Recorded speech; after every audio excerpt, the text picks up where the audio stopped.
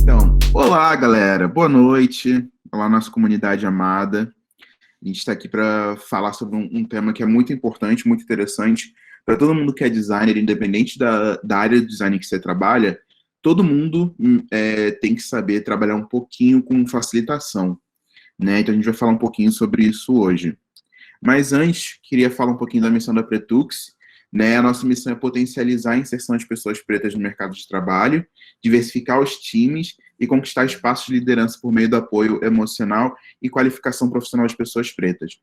E o nosso Time Box é uma dessas formas de qualificação, além das bolsas que a gente doa, a gente também faz esse Time Box como uma forma da gente conseguir trazer conteúdo de qualidade e de forma rápida toda segunda-feira para a gente ir aprendendo coisas e poder trazer de uma forma mais efetiva para o nosso dia a dia no mercado de trabalho, né? Então, galera, qual é o tema de hoje, né? Hoje é sobre alinhar a visão de produto com a linha Inception. A linha Inception ela é uma metodologia, né, criada pelo Paulo Caroli. Eu vou falar um pouquinho mais sobre isso hoje e eu vou falar por que a gente usa a linha Inception. Né? Primeiro falando um pouquinho sobre mim. Meu nome é Renato Paixão, mas quase todo mundo me chama de Paixão. Eu trabalho com produtos digitais desde 2014, tá 2015 aqui, mas eu fui lembrado que é 2014, quando eu fui olhar minha carteira de trabalho. Eu trabalho com foco em inovação, growth e impacto, então eu sempre tentei trazer essa visão de UX como estratégia, e não só como tela, né? E estratégia porque traz impacto, né? Então, ao longo da minha carreira, eu consegui trabalhar com empresas como a Mercedes, Avon, a Prefeitura do Rio, SESI, sempre trazendo essa visão de design com impacto para negócios. E não só para impacto, não só impacto para negócios, mas também impacto para pessoas, né? E pessoas é a palavra-chave, né? Quando a gente pensa em design. Quando a gente fala de design, o design é sempre centrado na pessoa usuária, né? Então a gente não consegue criar design se a gente não estiver pensando em quem vai usar esse produto que a gente está criando, né? E ao longo da minha carreira eu rodei diversos workshops, né? Que é uma forma da gente conseguir trazer todas as pessoas para o mesmo lugar, deixar todo mundo na mesma página, todo mundo entender e conseguir ter uma definição mais clara do que precisa ser construído, ter um entendimento, né? E uma parte muito positiva de se trabalhar com workshops é que todo mundo sempre fica muito feliz depois de rodar um workshop, né? Porque as pessoas se sentem cuidadas, elas sentem que você trouxe elas pro projeto, né? E aquela construção, ela deixa de ser uma coisa da pessoa designer e vira um projeto do time inteiro. Isso é muito importante, a gente conseguir trazer as pessoas para perto do nosso processo, né? E é aquela coisa, né? Quem nunca passou por essas situações que eu vou falar agora?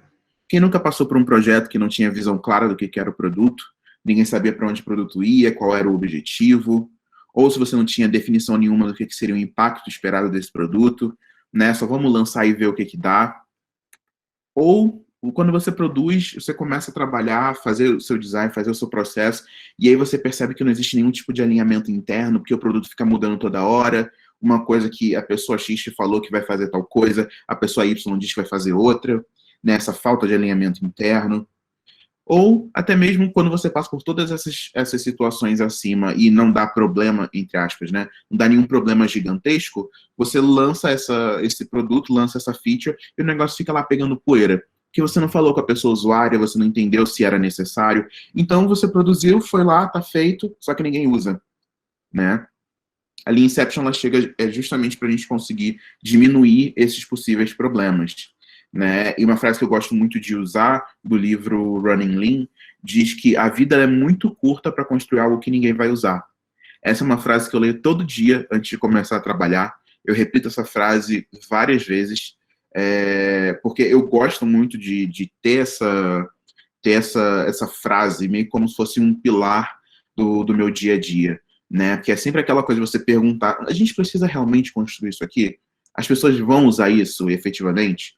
Né? Porque isso te libera para você trabalhar em coisas que efetivamente vão trazer melhoria para o dia a dia da pessoa usuária, né? Para a pessoa que você está construindo, e se traz melhoria para o dia a dia da pessoa usuária, vai trazer retorno financeiro para a empresa.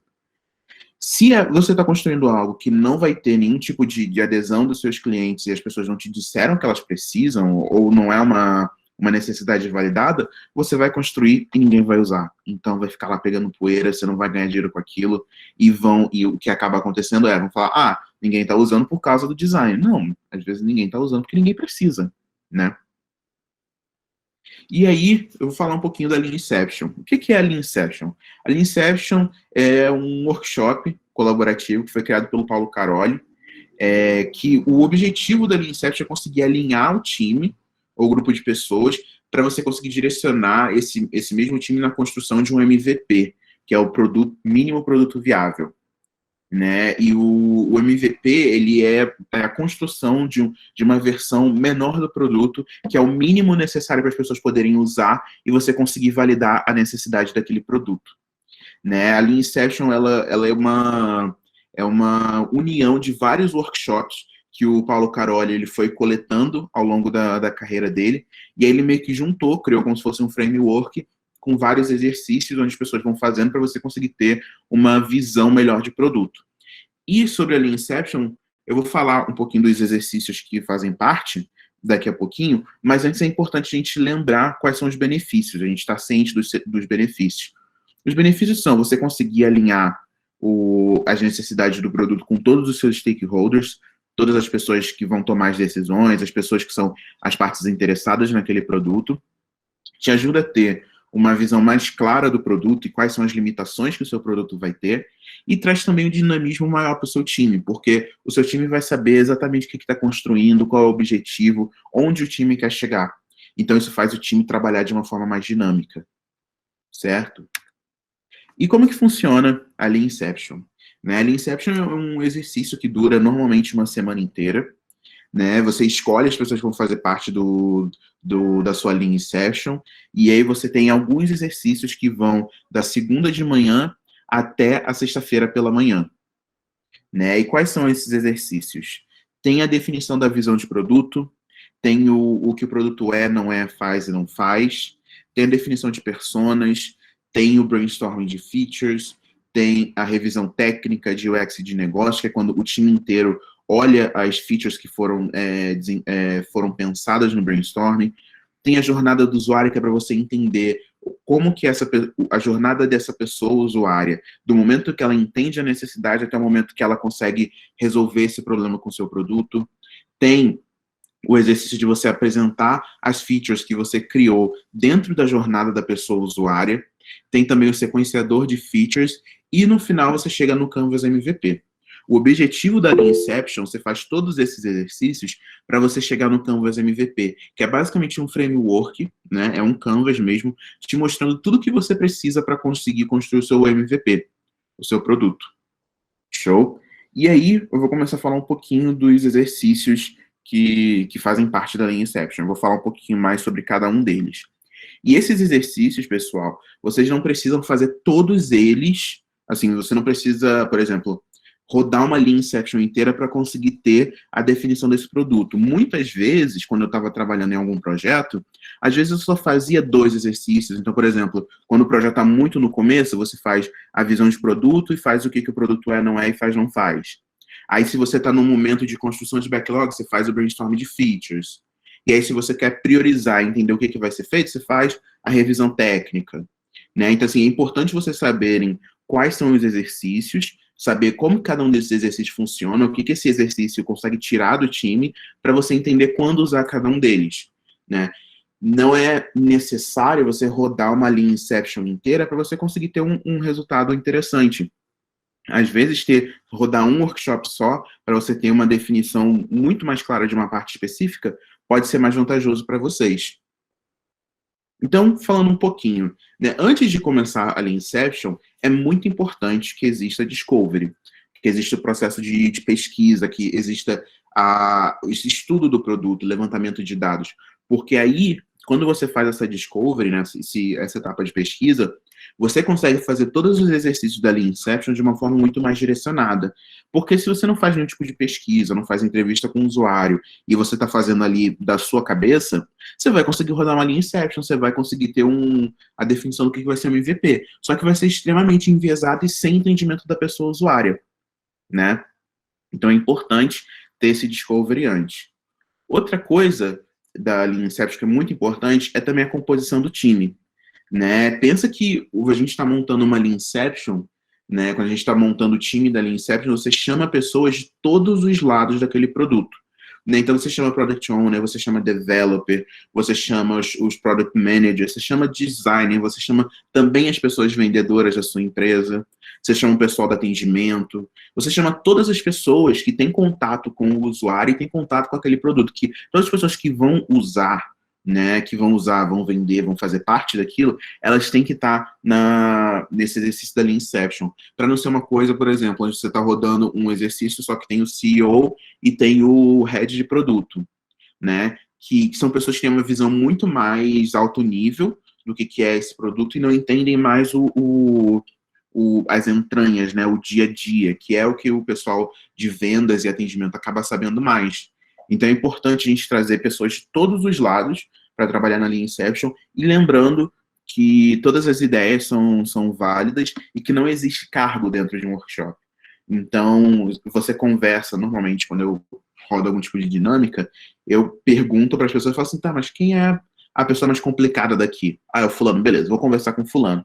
Aí você vai falar com o fulano, então, é importante que você entenda que a ideia de todo mundo é válida, que não é para falar a ideia de fulano é ruim, isso não pode rolar, né? Então existe um trabalhozinho antes de rolar a Lean Inception. E quando a gente chega na Lean Inception, o que a gente começa fazendo? A gente inicia fazendo a introdução e o kickoff. E o que é isso? A introdução ela é basicamente você chegar e apresentar a metodologia, falar sobre cada um dos exercícios e estimular essa contribuição. Falar para as pessoas que a voz de todo mundo importa, que a gente vai chegar num produto, que é um trabalho em grupo, né, que é a união do time que vai fazer aquele produto ser o melhor possível e você vai empoderar a voz de cada uma daquelas pessoas. E é importante também que nós, como facilitadores, quando a gente estiver rodando, como pessoas facilitadoras, quando a gente estiver rodando alguma dinâmica, é importante a gente sempre entender, a gente vai olhar e falar assim, aquela pessoa está meio quietinha, deixa eu perguntar para ela o que ela acha. Né? É sempre importante você ir trazendo as pessoas e puxando as pessoas para dentro da dinâmica que você está rodando. E aí o kickoff é o início desse processo, né, da Lean Inception. E aí você chega no primeiro exercício, que é a visão de produto. Né? E aí vocês podem ir tirando print, galera, depois eu mando o PPT para vocês darem uma olhada. Mas o primeiro exercício é a visão de produto. E por quê? Porque para a gente conseguir fazer todos os exercícios necessários da Lean Inception, todos os exercícios que vêm depois, é muito importante a gente ter uma visão clara do que aquele produto é. Né? Se a gente é aquela coisa, né? Quando você não tem um mapa, qualquer caminho é caminho. Né? Agora, se você sabe para onde você quer ir, você vai ser muito mais intencional, você vai saber o que você prioriza, o que você não prioriza, né? É aquela coisa, quando você vai no mercado sem a lista de compras, você vai comprar biscoito a piraquê, você vai comprar misto quente, você vai comprar ovo de Páscoa, várias coisas. Agora, se você for com a lista direitinho, você vai comprar só o que você precisa comprar, né? Porque é importante a gente lembrar que a limitação, né? A limitação, ela ajuda a gente a ser mais criativo também. Né? E como que funciona o exercício de visão de produto? É muito simples, galera. Tem um templatezinho que é usado, que é esse aqui, né? Então a gente tem esse esquema, né? Que a gente fala para o cliente final, né? Então a gente entende, por exemplo, esse aqui é um exemplo que eu uso bastante. Para pessoas donas de pet, e aí você fala qual é o problema que precisa ser resolvido. Que tem. Peraí, deixa eu ver. Tá meio grandinho aqui pra mim. A gente vai ter que trocar de óculos. Então, e qual é o problema da pessoa? Que tem dificuldade de encontrar tempo para passear com seus pets, e aí você fala qual é o nome do produto. O Pet Walk é um aplicativo mobile que facilita encontrar profissionais próximos que possam cuidar, possam passear com pets. Diferentemente de serviços de pet shop ou creches de pet, o nosso produto, ele conecta pessoas disponíveis a pessoas necessitadas. Né? Então, a visão do produto, ela faz justamente isso, ela consegue criar, através de uma frase, né, de 3 frases, uma visão clara do que é aquele produto. E aí, quando você monta a visão de produto, você coloca ela gigantesca na parede, você escreve com um cartaz, uma cartolina, num papel A3, você escreve gigantesco lá e você deixa claro para todo mundo ver. Porque aí todas as decisões que vão ser tomadas, elas precisam ser tomadas em cima dessa definição da visão de produto. Show? E aí a gente chega no outro produto, no outro exercício. E esse aqui é o que rola bastante quebra-pau também, que é o não é, faz, não faz. Porque é nesse momento que a gente decide o que o produto faz e o que ele não faz, além de definir o que ele é e o que ele não é também. E nesse exercício rola muito quebra-pau, por quê? Porque todo mundo tem uma ideia diferente do que vai ser o produto. Né? Então, quando você está tendo uma ideia do que é o produto, uma coisa que acaba sempre rolando é, esse produto é uma rede social? Não, não é. Mas é uma rede social porque faz tal coisa, tal coisa, tal coisa. Então, nesse produto, nesse exercício, rola muita briga por causa do produto. E é um exercício relativamente simples, porque o nosso papel como pessoas facilitadoras é a gente fazer as perguntas. É de realmente ser a pessoa que vai estar ali instigando e falando, e fazendo o pessoal pensar de verdade, né? E também é um template muito, muito simples. É basicamente isso.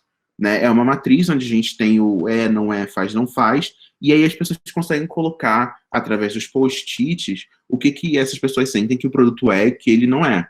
Por exemplo, então o produto ele é gratuito, ele é um aplicativo mobile, e ele é multiplataforma, ou seja, ele funciona no celular, funciona no tablet, no desktop e tal.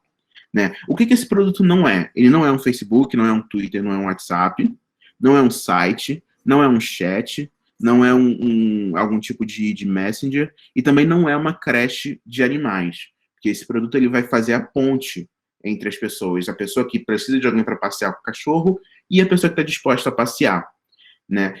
Então, como é que esse exercício é feito? Você dá post-it para as pessoas, né? Hoje em dia a gente trabalha mais com Miro por causa da pandemia, mas você cria esse template e aí você fica conversando com as pessoas, tendo esse momento de definição. Você coloca, por exemplo, 10 minutinhos onde todo mundo está escrevendo, cada um na sua matriz, e depois a gente coloca tudo junto, e aí a gente começa a discutir. Fulano falou que é isso aqui, faz sentido? A gente precisa colocar isso aqui? O que vocês acham? Né? Então, esse exercício ele é muito bom para vocês, por exemplo, quando vocês estão no início de um produto, né, e vocês estão conversando com o PO de vocês ou com o PM, e aí vocês estão decidindo quais são as features. Fazer esse exercício do não é, faz, não faz, ajuda demais a entender o que vai ser priorizado, o que esse produto vai fazer e o que ele não vai fazer. Show? Aí a outra parte é a gente definir os objetivos do produto. Isso aqui não dá muito quebra-pau, mas é uma parte difícil, porque a gente limita bastante. Toda vez que a gente limita, né, que a gente traz essa limitação, as pessoas têm uma certa dificuldade de conseguir funcionar. Então, o que acontece no objetivo de produto? A gente faz uma pergunta para o time. A gente pergunta para as pessoas, a gente chega e fala: beleza, galera, se esse produto tivesse que ser resumido em 3 objetivos, quais seriam os 3 objetivos para o negócio que esse produto vai ter? É aumentar a venda? É construção de marca? É conseguir ter dados das pessoas? É você conseguir diminuir o número de reclamações na área de atendimento? Quais são esses 3 objetivos? E aí você coloca o time inteiro para pensar naquilo, e depois você coloca todos os post-its e você vai discutindo. Né, e o time vai entendendo o que é efetivamente o objetivo de produto. Né? Isso aqui pode ser feito de uma forma muito simples. Você consegue fazer isso através do Miro, pode fazer isso com um fan retro da vida, alguma coisa nesse sentido, onde você coloca um tempo para as pessoas e fala assim: galera, 3 objetivos, quais são? E aí todo mundo começa a conversar e discutir. Aí a gente chega nessa parte, né, que é assim, para nós designers é super importante. Né, para as outras pessoas também deveria ser. Mas quando a gente fala, por exemplo, de persona na linha Inception, é muito importante a gente lembrar que tem a etapa de discovery antes. Então, se você tem uma etapa de discovery, ou se a sua empresa já tem personas definidas, você pode trazer as personas para cá. Agora, se for um produto novo, produto que você está construindo do zero, aí você vai ter que montar as personas fora, ou você vai poder montar uma versão, uma proto-persona dentro da linha Inception, beleza? E aí a linha Inception tem um modelinho de persona que eles usam, só que eu não sou muito fã, não gosto muito, não recomendo muito. Eu prefiro muito mais a gente usar um mapa de empatia, né? Com o mapa de empatia, a gente consegue fazer um entendimento bem claro num nível sentimental das necessidades dessa pessoa usuária.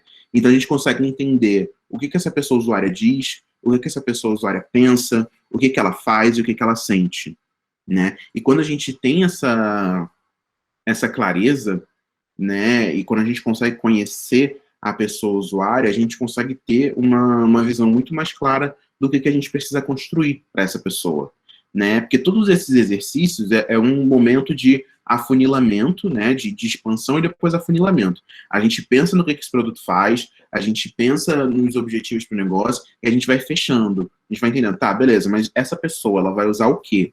O que ela precisa? O que ela sente? O que ela fala? O que ela faz? Né? Então, ajuda muito nisso, porque você vai entendendo cada vez mais a pessoa usuária, isso lá na frente vai te ajudar a tomar decisões mais diretas sobre o que você vai fazer com o seu produto, né? O que você vai fazer ou não vai fazer. Esse aqui é um outro template de persona, um template mais robusto, né? Que a gente mais está acostumado a ver, que é quando a gente diz, a gente efetivamente transforma o nosso grupo de usuários em personas. Né? E como que a gente monta personas? A gente faz pesquisa, né? A gente conversa com várias pessoas usuárias, a gente começa a entender os pontos em comum e aí a gente vai separando essas pessoas em grupos. Cada um desses grupos vira uma persona, beleza? E aí você monta a partir das características semelhantes. E aí a gente entra no outro exercício, que é a definição de jornada da pessoa usuária, né? E nesse exercício, o que a gente faz é entender quais são os pontos de contato da pessoa usuária com o seu produto. Né? Então, se você está fazendo um produto que é o Pet Walk, aquele exercício que a gente mostrou no começo, se é um produto onde a pessoa ela procura outra pessoa para caminhar com o seu pet, quais seriam os momentos que essa pessoa iria procurar? Não sei, provavelmente perto de um feriado, ou durante os dias da semana, que essa pessoa tem que ir trabalhar e ela não tem como caminhar com um bichinho. Se for um aplicativo de hotel de animais, de um canil hotel, provavelmente vai ter um número maior de acesso próximo de um feriado. Né? Quais seriam os pontos de contato dessa pessoa usuária? Como que essa pessoa usuária, quando que essa pessoa usuária vai entrar em contato com o seu produto e qual é o processo dela, do momento que ela entende que ela tem uma necessidade até ela resolver esse problema. Né? Onde que o produto entra em contato com essa pessoa? Né? E aí a gente tem um tipo de jornada que é muito usado, né? Que é a gente pegar, por exemplo, a nossa persona, a gente fala das expectativas dessa persona e a gente seta algumas etapas. Né? Isso aqui é um modelo da Nielsen Norman Group, que fala sobre definição, comparação, negociação e seleção, que é a pessoa quando ela está querendo trocar o plano de celular. Né? Então, na definição, ela começa a entender o plano atual dela, e ela fala assim, esse plano não está funcionando para mim, eu preciso de um plano diferente. O que eu preciso nesse plano? E ela vai pensando no que ela precisa. E aí, na comparação, ela vai ver com comerciais, ela vai entrar em site de operadora, ela vai pesquisar no Reclame Aqui da vida para ver qual operadora funciona melhor, né? E aí, quando a gente fala em negociar, ela vai começar a procurar nas empresas, ela vai pegar vai procurar, a Claro tá me dando esse pacote aqui a R$ 79, vocês estão fazendo 81, vocês conseguem fazer 77 ou a 75? Né, você vai negociando isso. E aí na etapa da seleção é quando a pessoa decide qual é o plano que ela vai usar. Né? E por que a gente faz essa jornada? Para a gente entender quais são as oportunidades que a gente tem. Então, por exemplo, se a gente sabe que essa pessoa ela está no momento onde ela está procurando plano, né, se essa pessoa já está usando, por exemplo, se eu já trabalho na Claro, e eu sei que essas pessoas, um grupo X está próximo do momento do fim do contrato, eu vou mandar anúncio para essas pessoas de renovação de contrato. ou eu vou falar para as pessoas do comercial ligarem para essa pessoa oferecendo um plano mais barato do que todos os outros de outras operadoras, né? Então, a gente entende a jornada da nossa pessoa usuária, a gente entende as dores da pessoa usuária para a gente conseguir entender as oportunidades, entender como que a gente consegue trabalhar para reter essa pessoa no nosso produto, para fazer essa pessoa continuar usando o produto, para fazer essa pessoa usuária continuar feliz usando o produto. Isso é muito importante, a gente não pode prender as pessoas por causa de uma multa ou algo desse tipo, né? Porque essa pessoa vai virar uma detratora do seu negócio. Ela vai falar, eu queria sair da Claro, mas eu tinha que pagar uma multa de 10 mensalidades, eu fiquei, né? Quem nunca passou por isso? Eu já passei. E aí a gente chega no exercício de brainstorming de features. Esse exercício é basicamente um brainstorming normal, só que aqui a gente vai entender quais são as necessidades dessa pessoa usuária, né? A partir do momento que a gente define a jornada dessa pessoa, a gente entende o que essa pessoa precisa fazer, que ela precisa comparar os planos, que ela precisa negociar e que aí ela seleciona, aí a gente consegue pensar quais são as features que a gente precisa desenvolver, quais são as features que a gente precisa pensar, quais são as funcionalidades que a gente vai construir para essa pessoa conseguir chegar do ponto A ao ponto B tranquilamente usando o nosso produto, né? E é um brainstorm normal, é post-it, é todo mundo pensando, é musiquinha, que nem a música que eu coloquei no começo, para todo mundo ir pensando e vendo o que faz sentido, o que funciona. E lembrando que todos os exercícios anteriores, né, esses não são exercícios que ficam esquecidos. Você vai colocar eles em volta da sala, você vai colocar numa cartolina. Quando a gente roda isso pessoalmente, a gente imprime isso na cartolina, coloca os post-its e todo mundo está olhando o tempo todo. Então, quando a gente chega na parte do brainstorming de features, a gente está constantemente olhando para a visão de produto, a gente está olhando para a jornada dessa pessoa usuária, então a gente está vendo isso o tempo todo. Então, tudo que a gente construir vai seguir o que a gente já definiu, a partir da persona, da jornada da pessoa usuária, o que esse produto é, o que esse produto não faz, né? Então, por exemplo, se você define que o seu produto ele não tem a funcionalidade de chat, quando chegar aqui e você colocar o chat, essa ideia ela não vai seguir para frente. Porque vocês já decidiram antes que aquilo não vai ser um chat. A não ser que faça sentido para o produto ter um chat, aí vocês discutem novamente e aí a gente prioriza se vai ser um chat ou não.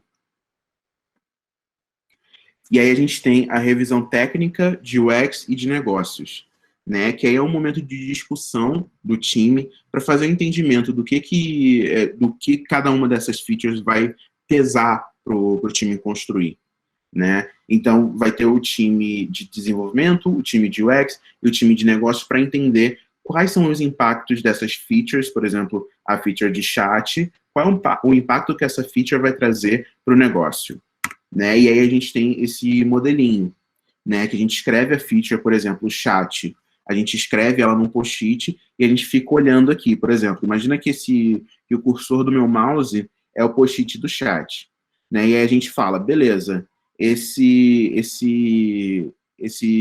essa funcionalidade, onde que ela tá? Qual é o nível de esforço dela, né? Onde qual é a prioridade? A gente sabe como fazer? Se a gente sabe muito como fazer, beleza, tá aqui no alto de como fazer. Mas a prioridade de fazer isso, ela é alta, ela é média ou ela é baixa? Né? E aí a gente coloca isso aqui nessa matriz de acordo com a necessidade. Tudo que fica aqui no retorno baixo e no esforço alto, a gente tira. Então, isso aqui, se cair algum aqui, você não faz. Né? E aí, depois de colocar esse feature nessa matriz, aí a gente define se o esforço é pequeno, médio ou alto, se o impacto para o negócio é pequeno, médio ou alto, e se o esforço de UX é pequeno, médio ou alto, né? E aí a gente consegue entender o esforço desse produto, dessa feature, para a gente conseguir priorizar dentro dessa matriz aqui. E aí, a partir do momento que a gente prioriza, a gente chega no nosso outro exercício, que é o sequenciador de features, é o sequenciador de funcionalidade. E é no sequenciador que a gente une esse exercício aqui, onde a gente entende a dificuldade e o retorno que vai ter de construir cada uma dessas features, e a gente entende se vale a pena colocar essa feature no MVP ou não. Né? Então, por exemplo, se a gente descobriu que a feature de chat é muito fácil de ser construído e tem um retorno enorme, a gente vai colocar no MVP. Né? E como que a gente faz isso? A gente tem 5 ondinhas no sequenciador, né? Onde a gente coloca os post-its, né? E a gente vai organizando. E tem uma lista de regrinhas, que eu não vou passar aqui agora, porque senão todo mundo ia pirar, porque são umas regras bem grandinhas, mas que é basicamente a gente diz que você não pode ter em cada onda um número tanto de esforço. Então, por exemplo, se você só pode ter 2 tarefas com o número com o esforço médio. Se você tem uma tarefa com esforço alto, todas as outras têm que ter o esforço pequeno, porque senão você não vai conseguir entregar aquilo. Né? E aí a gente define onde que entra o MVP. Então, por exemplo, o MVP pode ser aqui, então o MVP vão ser essas 3 features, ou o MVP vai ser essas 6, aí você coloca a etiquetinha do MVP aqui. E aí a gente tem a etiqueta do incremento, que é a melhoria que a gente vai fazer depois da gente lançar o MVP. Né? Então a gente pode colocar a gente toma essa definição e escolhe onde que a gente vai colocar cada um dessas etiquetas e entender o que vai ser o MVP e o que vai ser o incremento. E aí a gente chega no último exercício. Depois de fazer tudo isso, ter todas essas definições, né, que eu passei de uma forma muito, muito por alto para vocês, a gente chega no Canvas MVP. E o Canvas MVP é uma folha de A3 que tem todas as coisas que a gente definiu ao longo da semana, né?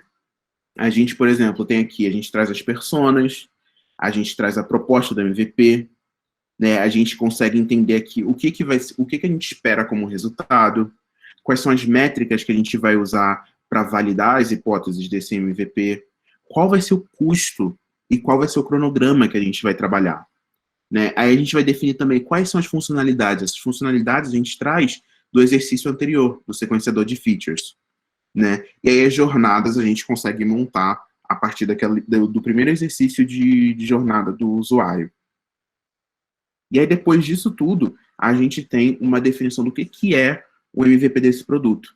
Né? A partir desse entendimento do que é o MVP, a gente entra numa outra área que é a construção do backlog, que a gente define todas as histórias de pessoa usuária, aí começar a atuar na parte de UX, fazendo pesquisa, montando protótipo, para aí o time de desenvolvimento pegar e conseguir montar o MVP e a gente soltar esse MVP para o mundo para conseguir validar. Show? E aí, galera, essa que é a pegada dessa dinâmica de cocriação. Porque qual é a diferença? A diferença é que você constrói o que as pessoas querem, porque você conversou com as pessoas antes, você fez a sua pesquisa com as pessoas usuárias, e você também constrói isso de uma forma muito mais alinhada, porque você traz todas as pessoas decisoras para essa dinâmica, todo mundo decide junto o que precisa ser feito, todo mundo entende qual é o problema, e a gente consegue construir para a pessoa usuária com o time todo alinhado. Então não vai correr risco, assim, corre risco, mas não muito, de você estar construindo algo e aí alguém chegar e te dar um top-down e falar assim, não, eu não quero desse jeito, vai ter que ser do outro. Aí você chega e fala assim, não, então, a gente rodou uma dinâmica com 15 pessoas do time, as 15 pessoas concordaram com isso aqui, é isso que a gente vai fazer. Show? Então, só voltando de forma bem rápida para conseguir pegar as perguntas de vocês, né? É importante a gente construir produtos que vão ser usados, né? Então, lembrando sempre de validar com a pessoa usuária, conversar com as pessoas usuárias, entender as necessidades dessas pessoas, para você conseguir efetivamente construir coisas que vão ser usadas. Outra coisa, pensar bastante no time que você está montando para Inception. De nada vale você montar um time com várias pessoas desenvolvedoras ou várias pessoas, por exemplo, PM, PO, pessoas que não têm contato com a pessoa usuária. Traz todo mundo, traz o time inteiro, sabe? Traz a pessoa do atendimento, traz a pessoa da venda, traz a pessoa de TI, traz todo mundo. Porque, é o terceiro ponto, a união faz a força, né? E os dados que você vai coletar, eles não mentem. Eles não mentem. Tanto a pesquisa que você vai fazer antes, quanto a validação que você vai fazer depois de lançar o MVP. Porque, por exemplo, se você fizer um MVP né, onde você não tem nenhum tipo de contato com a pessoa usuária, ninguém conversou com o usuário, ninguém fez nenhum tipo de pesquisa de persona, e as pessoas simplesmente estão construindo, fatalmente esse MVP não vai ter a aderência esperada. Show? E é isso, gente. Foi meio corridinho, sei que foi. É bastante conteúdo, né? Se vocês tiverem alguma pergunta, tiverem várias perguntas também, é só falar. Gente, se quiser perguntar, pode passar aqui na caixinha de perguntas. Mas eu vou começar fazendo umas duas perguntas que me veio à mente aqui, enquanto você estava explicando, Rei, que... Bom, para quem, por exemplo, está tendo contato com a metodologia agora, e às vezes já teve um conhecimento prévio ali de uma design sprint, me parece que é um pouco bem próximo, assim, né? Um pouco... Tem alguma similaridade, assim, os processos, embora sejam métodos diferentes, né? Sprint trabalha com outros tipos de tarefas, ali, vamos dizer assim, para cada dia, mas tem uma lógica ali, né? De ser, tipo, em uma semana, tal dia vai fazer tal coisa. O que eu observei nesse, e aí quem tiver que também quiser comentar alguma coisa, é que o processo você faz, tipo, de manhã e de tarde, né? Então, para essa galera que tá, assim, que tem um pouquinho de noção, qual que seria a diferença mais, assim, a maior diferença de um método dessa para sprint, por exemplo? Bem, a diferença é que a sprint você ataca uma parte específica do produto. Na sprint, você vai definir, por exemplo, a gente vai atuar, quando se faz o exercício da sprint do mapa, né, e a gente define qual é a jornada que a gente vai atuar. Então, por exemplo, a gente vai atuar no login, a gente vai atuar na compra, a gente vai atuar em parte tal, seja lá qual for. A sprint, ela acontece depois da Lean Inception. A Lean Inception é quando você só tem o problema e você não entende como que você vai resolver aquele problema, qual é o produto que você tem que construir. Então, por exemplo, eu sei que eu preciso construir um aplicativo para pessoas que querem que passem com o cachorro delas. Beleza.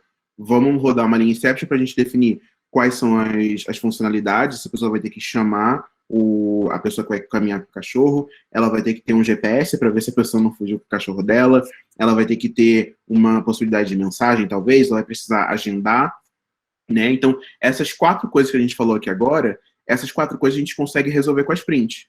A gente pode rodar uma sprint para fazer o chat, uma sprint para fazer o GPS, uma sprint para rodar a escolha da pessoa, né? Então, assim, são metodologias que podem ser combinadas, né? Então, por exemplo, uma coisa que pode ser feita é você rodar discovery numa semana, fazer entrevista com a pessoa usuária, fazer benchmarking.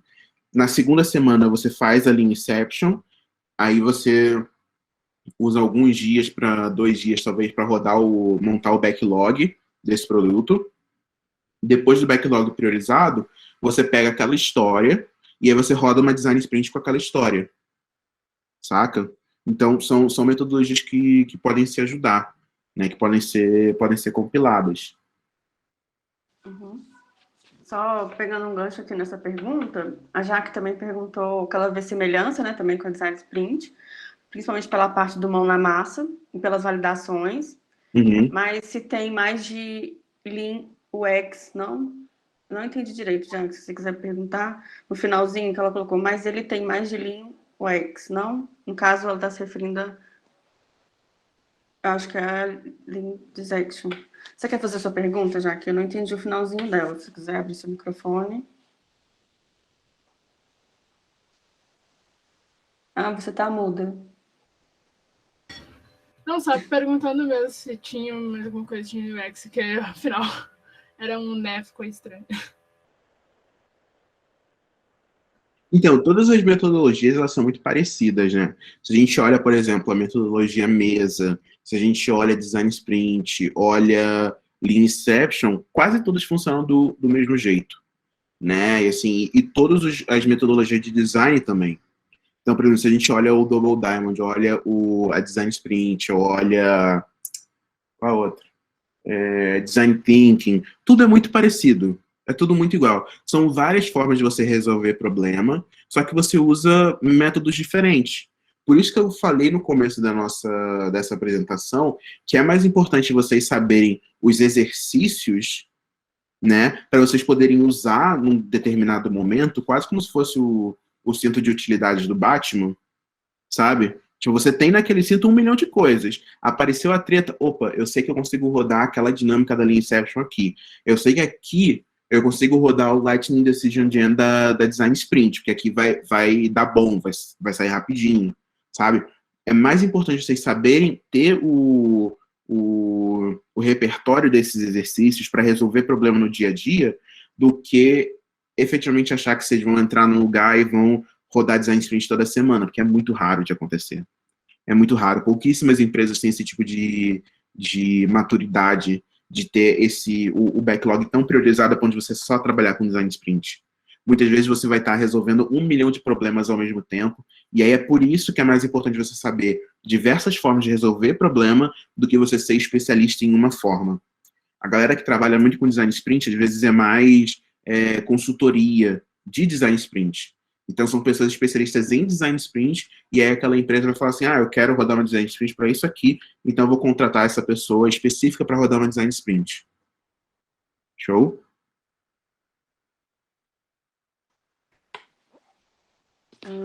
Antes de fazer a próxima pergunta, eu vou fazer uma pergunta minha, no sentido de, sei lá, se a pessoa é o único designer UX da empresa dela, e ela quer começar a praticar essas metodologias dentro da empresa dela, sendo que ela é só o equipe. Como que ela consegue, assim, né? Qual que é o procedimento? Talvez ela seria para ela chamar os stakeholders, para ela conseguir fazer essa...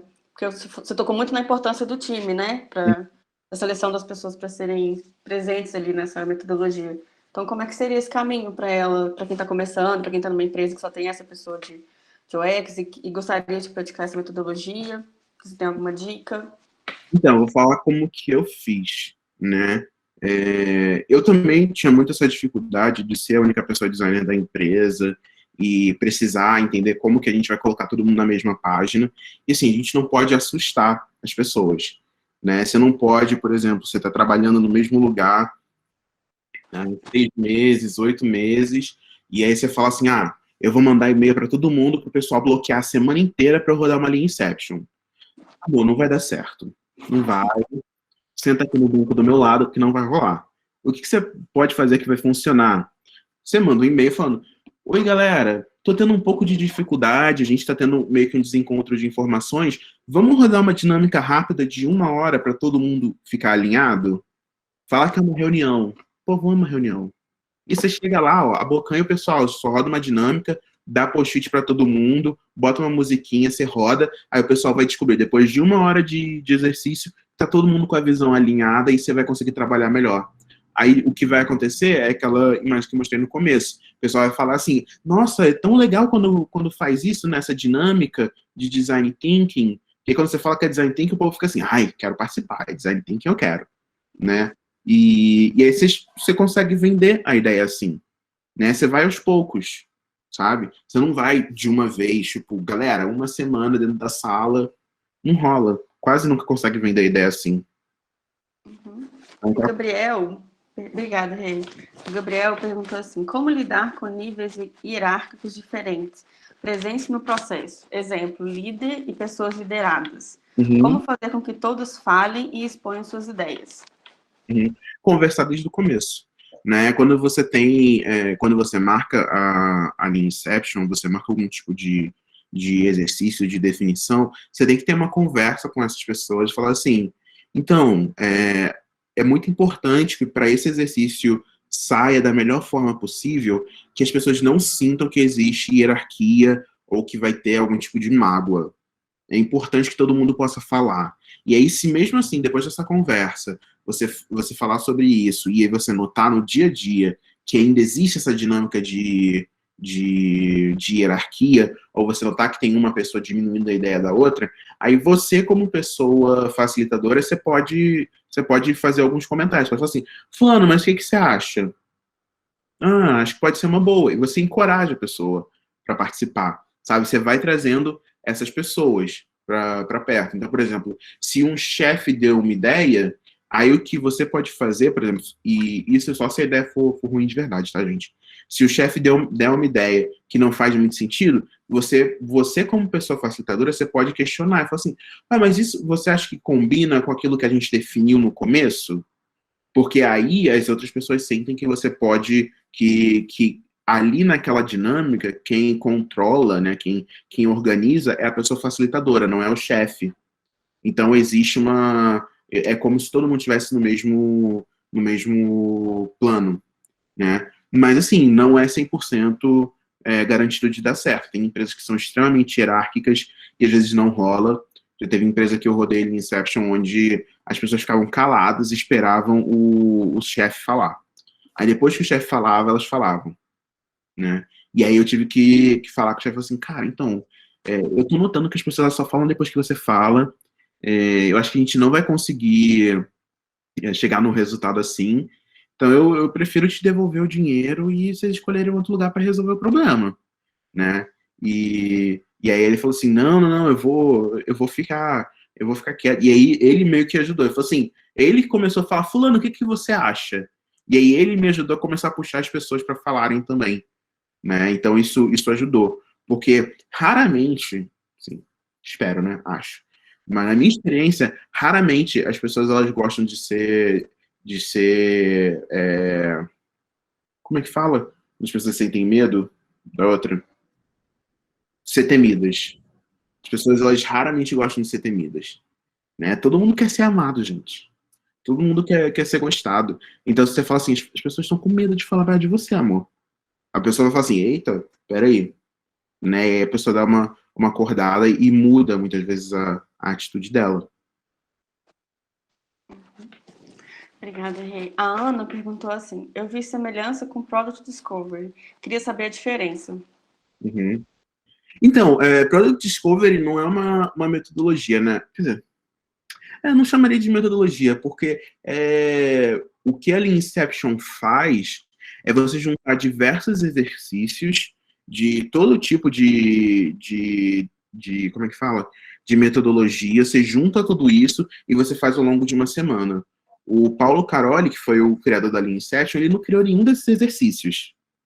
Ele pegou vários exercícios que ele ia aprendendo e fazendo e falou assim, eu vou fazer isso aqui, vamos juntar. E aí ele chamou isso de Lean Inception. É só isso. E a questão de Product Discovery, né, depende muito também do que as pessoas entendem como Product Discovery. Tem muita gente que acha que Product Discovery é só você fazer benchmark e entendimento com a pessoa usuária, você fazer levantamento de necessidades ou coisas do tipo. E, de certa forma, a Lean Inception ela funciona com exercícios de Product Discovery. Né? Tem alguns exercícios que você pode usar para Product Discovery. Então, acaba funcionando de diversas formas. Né? Você consegue pegar, pensar o negócio aqui, um do outro, e você vai juntando. Né? Então, você consegue fazer várias coisas. Mas é importante ter uma etapa de discovery antes da Lean Inception, para você ir muito mais direcionado quando você for tomar as escolhas.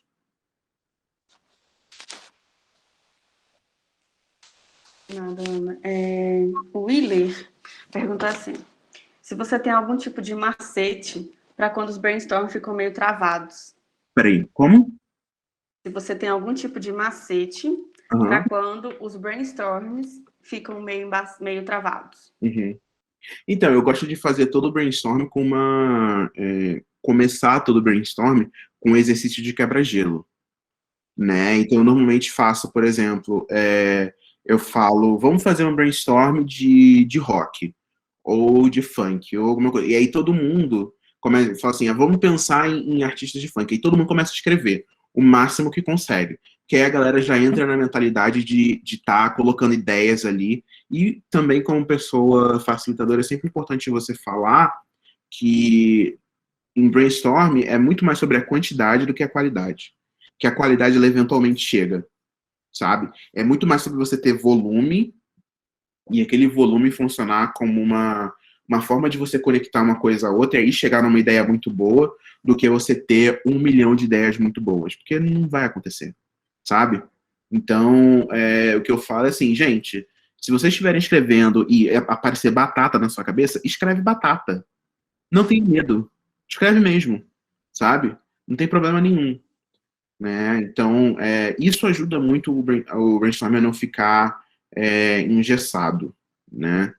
E, deixa eu ver, outra coisa que também ajuda é, por exemplo, você separar o brainstorm por etapas, né? Então, por exemplo, você não precisa fazer de uma vez o brainstorm todo de uma vez, você pode separar. Então, por exemplo, o brainstorm de features da Lean Inception, você pode dar um exemplo antes. Então, você pode falar assim, se a gente está fazendo um brainstorm de features para um e-mail, o que tem que ter nesse e-mail? A pessoa precisa conseguir escrever e-mail, precisa enviar e-mail, precisa receber e-mail, precisa responder. Né? Aí você fala assim, tem essas 4 ideias, o que mais a pessoa precisa fazer? Né? Então você meio que dá o caminho para a pessoa entender meio que o começo, sabe? E aí o resto a galera vai sozinha de boa. Uhum. Tem uma pergunta aqui do Gabriel, que eu também tinha pensado nela. Como consolidar os acordos e informações levantadas no processo ao final? Uhum.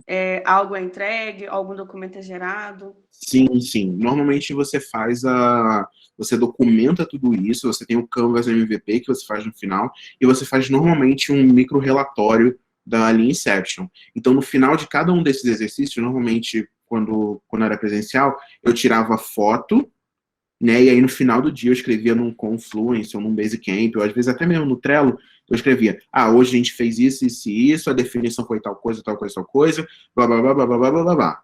E aí você manda aquilo para as pessoas por e-mail, que aí chega no final da semana, tá tudo agendado, tá tudo documentado bonitinho. Uhum. Alguém mais tem perguntas? Eu tenho outra aqui. Se alguém quiser, eu vi uma pergunta do Luiz aqui no chat. Deixa eu ver. Eu estava olhando sua caixinha de perguntas, Não. perdão. Isso.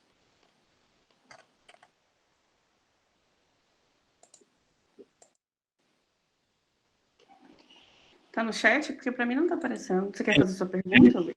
Não, a pergunta é o que é um backlog. Sim. O backlog, ele é como se fosse uma... Como que eu vou explicar o backlog? O backlog é como se fosse uma lista de coisas que vão ser construídas no produto.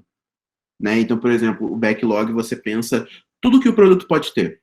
Todas as coisas que aquele produto pode ter. Você pode caminhar com o seu animal, você pode mandar e-mail, você pode fazer um chat, você pode comprar coisas lá dentro, você pode agendar consulta no veterinário, você pode fazer... Aí todas essas coisas que você pode fazer no produto, você tem ali no backlog. E aí do backlog, você vai para uma coluninha, uma coisa de refinado, né? Refinado ou priorizado, né? Que é você pegar de todas as coisas que você pode fazer, o que você vai priorizar, o que realmente precisa ser feito. E aí você puxa de lá e coloca na parte de priorizado. E quando você organiza dessa forma, né? O backlog é meio que uma forma de você colocar todas as ideias possíveis. Tudo que pode estar ali naquele produto, sabe? E é muito importante também ter um trabalho constante de ir refinando aquele backlog, que é você olhar aquela ideia e ir entendendo cada vez mais o que aquela ideia precisa, como que aquilo vai funcionar, para você ver até se faz sentido aquilo continuar no backlog, ou se você precisa limpar o backlog, tirar coisas de lá, sabe? Então é como se fosse assim, uma lista de todas as coisas que o produto pode fazer. E aí você vai definindo se vai acontecer ou não depois. Respondido, né? Eu tenho uma outra pergunta. Por exemplo, quando você fala do processo que a gente tem que fazer o discovery antes, e aí vai para o Inception já com esse discovery feito, né? A pesquisa ali e tal.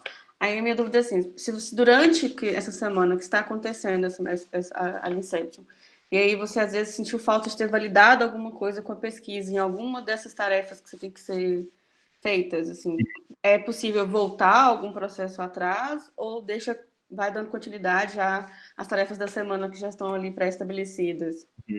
Bom, normalmente você dá continuidade, né? Uhum. Você deixa para validar uma coisa ou outra depois, porque a coisa do Discovery, a gente mais tem um entendimento geral do que a gente vai fazer, porque assim, o MVP, né, ele, que a gente normalmente acaba falando é que o MVP, ele não é para dar certo, é até dar certo, sabe? Então você vai testando, porque é uma coisa assim, MVP é rápido de ser feito, né? É uma versão muito pequena de um produto para você botar para rodar, para ver se as pessoas vão usar, né? Então, por exemplo, tem várias coisas que você roda você descobre num processo de discovery, que você usa aquilo como hipótese, e aí você tenta validar aquela hipótese e ela é invalidada no seu MVP. Quer dizer que discovery estava errado? Não necessariamente. Não necessariamente, sabe? Então não tem problema de você validar ou invalidar ideias. O MVP é justamente para isso, sabe? Uhum. Obrigada, Diego. Mais alguém tem alguma pergunta, gente? Pergunta aí, gente. Oi? Não, eu falei, pergunta aí, gente. Pode ser de Lean Inception, pode ser de outras coisas também. É verdade. Pode perguntar o que eu achei do show do Weekend ontem. Valendo. Não se sintam tímidos. Pode perguntar também aqui no chat, se for possível. Eu leio aqui bonitinho para vocês.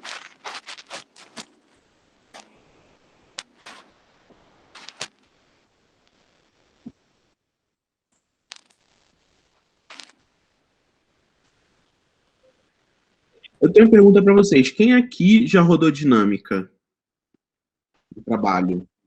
Levanta a mão. Ninguém rodou dinâmica? Gente, nenhuma, sério? Olha que maravilha. Opa, Gabriel. Não, Jaqueline. Jaqueline rodou. Jaqueline. Ana também levantou a mão. Quem? Ana também. Ana Inácio também já rodou. Provavelmente ela levantou a mão. Eu não tô vendo todo mundo no negócio. Mas, Jaqueline, fala um pouquinho dessa dinâmica que você rodou. Como é que foi? Você sentiu alguma dificuldade? Pode abrir o microfone, amor. Se você quiser, obviamente, né? Olá, vocês estão me ouvindo? Acho Sim. que dentro dessas mais assim,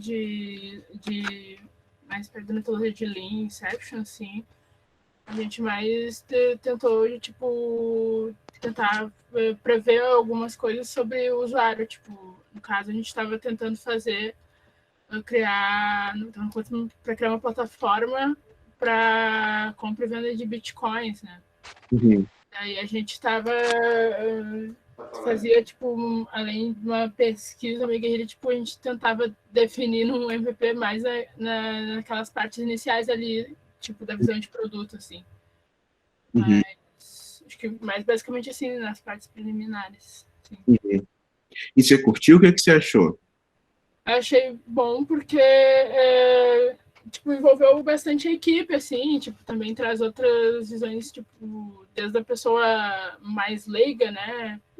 Até para pessoa que já tem um pouco mais de conhecimento de criptomoeda, essas coisas. Mas só, tipo, como ainda na empresa a gente não tem abertura para chamar pessoas de outros setores, assim, tipo, porque normalmente dentro do negócio da empresa, que é mercado financeiro, a gente está sempre fazendo coisa para produzir para a rua.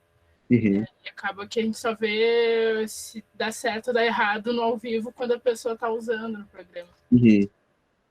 Então, acho que ter esse Inception, assim, tipo, ter essa visão de produto seria fundamental, assim, mais estruturadinho.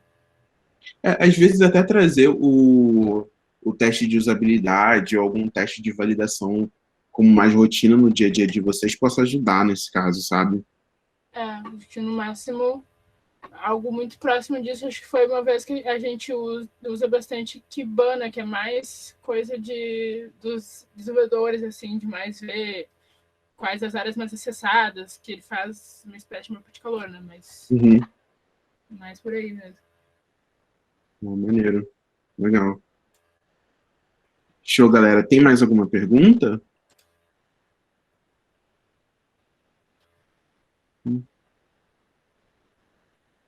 Olha, o Gabriel mandou alguma Boa noite, pessoal. Boa noite, Renato. Eu acho que só mesmo reforçando o que eu tinha perguntado antes, porque eu já fiz um processo, que aí, por isso eu comentei que eu fiz naquelas, que eu trabalho numa empresa do ramo de saúde mental, né? Uma startup de saúde mental e tal. E aí nós fizemos um processo parecido, só que dentro do mesmo processo a gente tinha as psicólogas, a galera de desenvolvimento, a galera de produto e todo mundo dentro do mesmo espaço. Então, para mim foi muito difícil trabalhar com as hierarquias. Então, tipo, as psicólogas estavam acuadas de falar porque elas estavam com várias pessoas que eram da tecnologia e elas se sentiam acuadas em falar. As pessoas de produto eram as que mais falavam. E as pessoas de UX falavam também, mas tinha essa competição entre as duas áreas para ver quem falava mais. Quando os desenvolvedores iam dar alguma opinião, levantar alguma hipótese, era tudo bem técnico. E aí eu fiz todo esse processo de tentar orquestrar expectativas de todo mundo, só que eu percebi que, tentando fazer isso, eu comi 30 minutos do processo todo, e aí perdi em tempo, quando deu a hora de acabar a atividade, todo mundo teve que se retirar. Então, para mim, assim, é um desafio, sabe, entender como orquestrar as pessoas dentro desse mesmo espaço, né, e até mesmo perguntar sobre o número de pessoas, né. No processo que a gente fez, a gente acabou colocando cerca de 40 pessoas dentro da sala. E aí nós colocamos 40 pessoas dentro da sala e nós ainda fizemos, no meu ver, um erro. Nós colocamos o cliente no processo e o cliente viu erros de comunicação da equipe. Então, assim, nós perdemos muito tempo com a questão comportamental e tal. Eu acho que pelo que eu até te perguntar também, né? Colocar o cliente, a equipe, tem várias questões para isso, né? Acho que não faria novamente e faria uma separada, só que a quantidade de pessoas também. Então, meu desafio maior foi esse, sabe? Não, foi muita gente. 40 pessoas é muita gente. Assim, no máximo 15. Máximo 15. E assim, e 15 estourando, assim, acho que 12 é um número que dá para tocar de boa, sabe? 40 é muita gente, não tem como. Se você quiser rodar uma Lean Session com 40 pessoas, você vai precisar de mais 2 pessoas te ajudando a facilitar, sabe? E sobre você ter cliente na dinâmica, é super positivo ter cliente na dinâmica. Eu acho que, no seu caso, foi muito mais uma aglutinação de vários problemas que acabou tornando a situação um pouquinho mais complicada, mas normalmente teu cliente é até mais tranquilo, é até melhor, porque essas pessoas elas te dão uma visão bem interessante do negócio delas, né? Porque ninguém sabe melhor do negócio do cliente do que o cliente, né? Então, assim, até mesmo a gente precisar entender sobre a pessoa usuária, às vezes o cliente sabe muito mais do que a gente. Muitas vezes o cliente sabe muito mais do que a gente. Então é aquela coisa também da gente... assim, isso era uma coisa que eu ainda tenho de verdade, de vez em quando, de achar que porque eu sou designer, eu conheço a pessoa usuária, e fica aquele ego gigantesco de, mas a pessoa usuária, sei lá o quê. Amor, você entrou no projeto tem 3 meses, o cara é dono da empresa há 5 anos. Tipo, vamos descer um pouquinho do cavalo alto, vamos entender e conversar com a pessoa. Falar assim, o que você sabe da pessoa usuária? Quais são as dores dessa pessoa? E aí você valida essas dores que você pegou com o stakeholder, valida com as pessoas usuárias. Tenta entender com essas pessoas se esse é realmente o problema delas. Sabe? Mas... Massa, porque... Diga. Desculpa. Massa, eu acho que isso que você falou é bem importante, esse trabalho da expectativa, porque acho que nessa experiência, inclusive, cada área queria resolver o problema de uma forma, só que eram muitas soluções diferentes e a gente ficou, tipo, soluções de produto para uma coisa, soluções de dev para coisa, e uma coisa também que eu percebi muito era que muitas pessoas não se deixavam participar, ficar soltas no processo mesmo, né? Então, às vezes, e foi no presencial, né? Então, tipo, as pessoas estavam falando e alguém falava, não, mas deixa eu levantar a mão aqui, porque no ponto de vista de produto, não, mesmo no mundo real, não seria viável fazer. Então tem essa resistência ainda de participar do processo. Eu vi muito isso, sabe? Sim, o que acontece é que você tem que ter quando você facilita, né, um exercício, é muito importante que toda dinâmica tenha um objetivo muito claro. Sabe? Então, quando você começa apresentando, você fala assim, gente, o objetivo que a gente tem nesse exercício é resolver problema tal, sabe? E aí a gente está juntando as pessoas de diversas áreas para a gente conseguir encontrar a melhor forma de resolver esse problema, sabe? Para não ficar, por exemplo, cada área vai querer resolver um problema de uma forma. Não, é chegar num consenso que todo mundo concorda né, que a melhor forma de resolver aquele problema é X, sabe? E aí todo o embrulho que acontece no meio faz parte, é normal. Em dinâmica normalmente rola um tipo de discussão, rola quebra-pau, é normal. Mas é muito mais sobre a gente como facilitador chegar e falar assim, não, beleza, show que você disse isso, mas peraí, deixa fulano terminar. E aí você fica meio com, falando assim, ó, fala você agora, depois fala fulano, depois fala fulano, sabe? Para ir meio que organizando. Você vira meio quase que um professor, sabe? Da sala. Você ajuda as pessoas, você vai passando a voz para as pessoas para não ficar um negócio de tipo, de todo mundo falando ao mesmo tempo. Né? Nossa, massa, porque, tipo, acho que são aprendizados, né? A gente faz e vai errando, né, no processo. Uma coisa também que eu nunca mais faço é, tipo, conseguir segurar o processo do começo ao fim. Numa outra oportunidade, eu quase perdi a facilitação para um agilista, porque sempre acontece de ter pessoas que têm skills de facilitação muito forte. Uhum. E aí acabou que o processo ele foi executando a coisa de uma forma que foi saindo da minha mão e a facilitação quase foi indo para ele e o agilista quase conduziu tudo. E aí eu pensei muito sobre isso depois e falei, caraca, tem que segurar o processo até o fim e tem pessoas que têm skills de facilitação que estão ali também, né, no processo. Assim, mas essa pessoa não tá com um papel de facilitadora, né? Ela foi meio com ego de tipo, deixa eu mostrar como que é feito. Então, foi meio estranho, né? Que chegar pra pessoa e falar assim, então, eu queria que você participasse como participante mesmo, sabe? Não como facilitador, deixa que eu facilito, sabe? Então, às vezes tem que rolar uma conversa um pouquinho mais dura, e é normal, acaba rolando mesmo. Ainda mais quando você facilita, por exemplo, dinâmica com outras pessoas designers. Só Deus. Quando você facilita com um monte de designers junto. A paciência.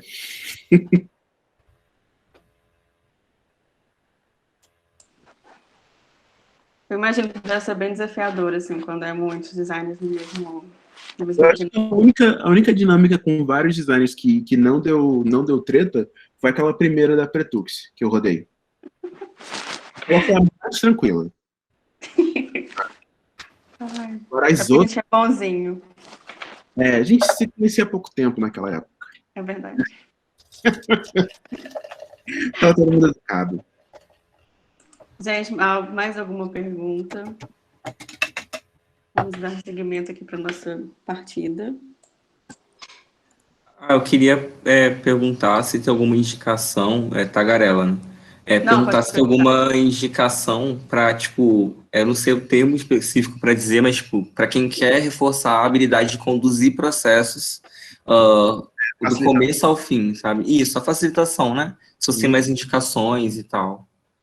Cara, tem livros que falam sobre facilitação, tem muito web seminário bom no YouTube, de graça, então, tipo, procurem facilitação no YouTube, é mais fácil. Procura facilitação, procura curso de agilidade, mas o lance de facilitação é que é muito mais prática que qualquer outra coisa. Assim, tipo, de verdade, é mais sobre... Facilitação é muito sobre você garantir que tá tudo acontecendo no tempo certo, você ouvir as pessoas o tempo todo e falar assim, beleza, fulano, então o que você está dizendo é isso, certo? Ou é outra coisa? Sabe, você, sendo a pessoa facilitadora, é quase a pessoa que está, tipo, tomando a ata da reunião. O seu papel como pessoa facilitadora é fazer com que todo mundo entenda da forma mais clara possível o que está sendo dito. Então, assim, assistam livros, a louca. Assistam web seminários, comprem livros e tem muita coisa de graça na internet. Muita coisa de graça. Procura texto no Medium, como facilitar melhor, como ser um bom facilitador. Tem várias coisas boas. Mas não paguem os cursos de facilitação de R$ 1.700. Não vale a pena. Isso você corta da edição, por favor, pessoa. Não paguem 1.700 no curso de facilitação, gente. Pelo amor de Deus, não façam isso. Guardem esse dinheiro para comprar um computador, para pagar a pós, para fazer qualquer outra coisa. Não gasta dinheiro com vários cursos.